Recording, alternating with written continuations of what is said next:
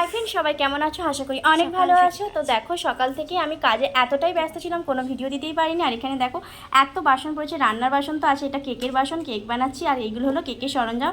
সকাল থেকে এত কাজ কাম করেছি যে মুখটা দেখারও সময় পাইনি আয়না থেকে। তা তোমাদের সঙ্গে ভিডিও করতে আরম্ভ করেছি। এখানে একটা কেক হয়ে গেছে আর একটা কেক হচ্ছে, কারণ আমি দুটো কেক বানাবো। কালকে চিকুসোনার জন্মদিন পড়েছে রথের দিনকে, আর তাই জন্য নিরামিষ কেক বানাচ্ছি। আর একটা আমার ঘরের জন্মদিন। কেন ঘরের জন্মদিন বলছি কেন জানো? কারণ রথযাত্রার দিনে আমার ঘর উদ্বোধন করেছিলাম, সেই কারণেই আর কি 1 বছর পূর্ণ হবে। আর এখানে দেখো টক করম চা নিয়ে গিয়েছিলো বাবু। আমি ভাবলাম টক করম চা আবার কোথায় হয়েছে, তো টক করম গাছটা দেখতে গেলাম যে সত্যি হ্যাঁ অনেক টক করম চা হয়েছে, আর বাচ্চাগুলো পারছে, খেলছে। আমি বাবুকে তাড়াতাড়ি করে স্নান টান করে দিলাম। সকাল থেকে এতটাই কাজে ব্যস্ত ছিলাম যে রান্নার ভিডিও বলো আর অন্য কোনো ভিডিও বলো দিতে পারিনি। আর এই যে আমার কর্তামশাইয়ের জামাগুলো, এগুলো দোকানে পড়ে যায়। দোকানের জামার অবস্থা দেখেছো? কারণ দোকানে আমাদের লোহার কাজ হয় কি না, সেই কারণেই আর কি জামাগুলো এরকম লোহার কষে লাল লাল হয়ে আছে। দোকানের ড্রেস একদমই আলাদা, লোহার কাজ করে বলে গা দিয়েও শুধু লোহা লোহা গন্ধ সারে। যদি মিষ্টি দোকানে কাজ করতে তাহলে হয়তো মিষ্টি গন্ধ বেরোতো। তো যাই হোক, আমার তো মনে হয় বিরিয়ানি দোকান হলে ভালো হতো, আমি অনেক বিরিয়ানি খেতে পারতাম। তো অনেক কাজই আছে, তার মধ্যে সময় পেয়ে আমি ভাবলাম যে তোমাদের সঙ্গে একটু ভিডিও করা যাক। তো এখানে দেখো অনেক রুম ডেকোরেশন করার মতো কিছু জিনিস আমি রেখে দিয়েছিলাম। আর কাল যেহেতু আমার ঘরের জন্মদিন, তো সেই কারণেই আর কি একটু রুমটা ভালো করে সাজানোর চেষ্টা করব। মানে যতটা পারি সকাল সকাল ঠাকুরের পুজো পাঠ করব, সিডনি দেব। আসলে আমার ঠাকুরও তো সেই দিনেই আর কি উদ্বোধন করা হয়েছিল, সেই কারণেই আর কি ঠাকুরেও ভালো করে আমি ভোগ টোগ করবো, যতটা পারি নিজে থেকে করার চেষ্টা করব। এই যে দেখছো ওয়াল হ্যাঙ্গিংগুলো, আমি কিন্তু নিজে হাতে এইগুলো বানিয়েছি ইউটিউব দেখে দেখে। আমার ভালো লাগে কিছু জিনিস বানাতে নতুন নতুন। আসলে তখন ওই ঘরে অনেক সময় পেতাম, একা একটা ঘর ছিল, আর এখন দেখো 3-4টে ঘর সামলাতে কিন্তু অসুবিধা হয়ে যায়।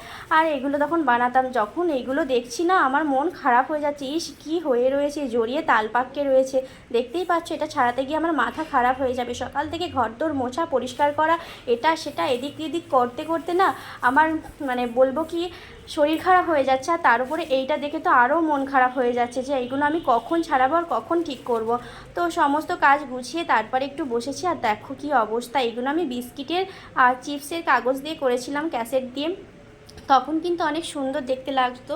এখন দেখো কি হয়ে গেছে, এটা নিশ্চয়ই আর নেওয়া যাবে না। এটাও একটা ওয়াল হ্যাঙ্গিংয়ে ছিল, তো এটা ফেলে দিতে হবে, সেইভাবে মনটা একটু খারাপ হয়ে গেল। আর এখানে দেখো এইটা কিন্তু বানিয়েছি আজ থেকে 4 বছর আগে। আমি ওই ঘরে বানিয়েছিলাম একটা কালী পুজোর রাতে, মানে দিয়া ডেকোরেশনের জন্যই বানিয়েছিলাম আর কি। ভীষণ সুন্দর ছিল তখন। এখন একটু অন্যরকম হয়ে গেছে। একটা লাইটিংও লাগিয়েছিলাম, লাইটিং জ্বলতো মাঝখানটায়, সেই লাইটিংটাও খারাপ হয়ে গেছে।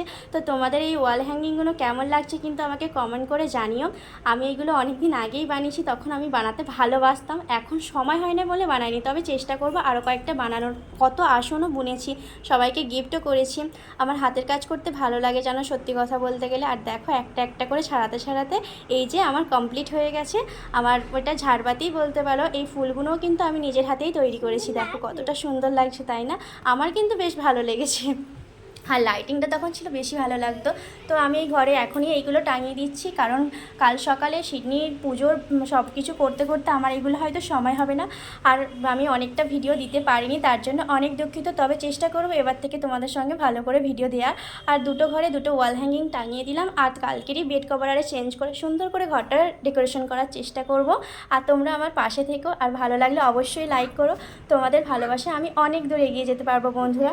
তো তোমরা কমেন্ট করে জানিও কেমন লাগছে। আর এইটা উল দিয়ে বানিয়েছিলাম, ওইগুলো ফুল টুল দিয়ে বানানো হয়েছিল। এটা পিওর উল দিয়েই বানিয়েছি আর কি।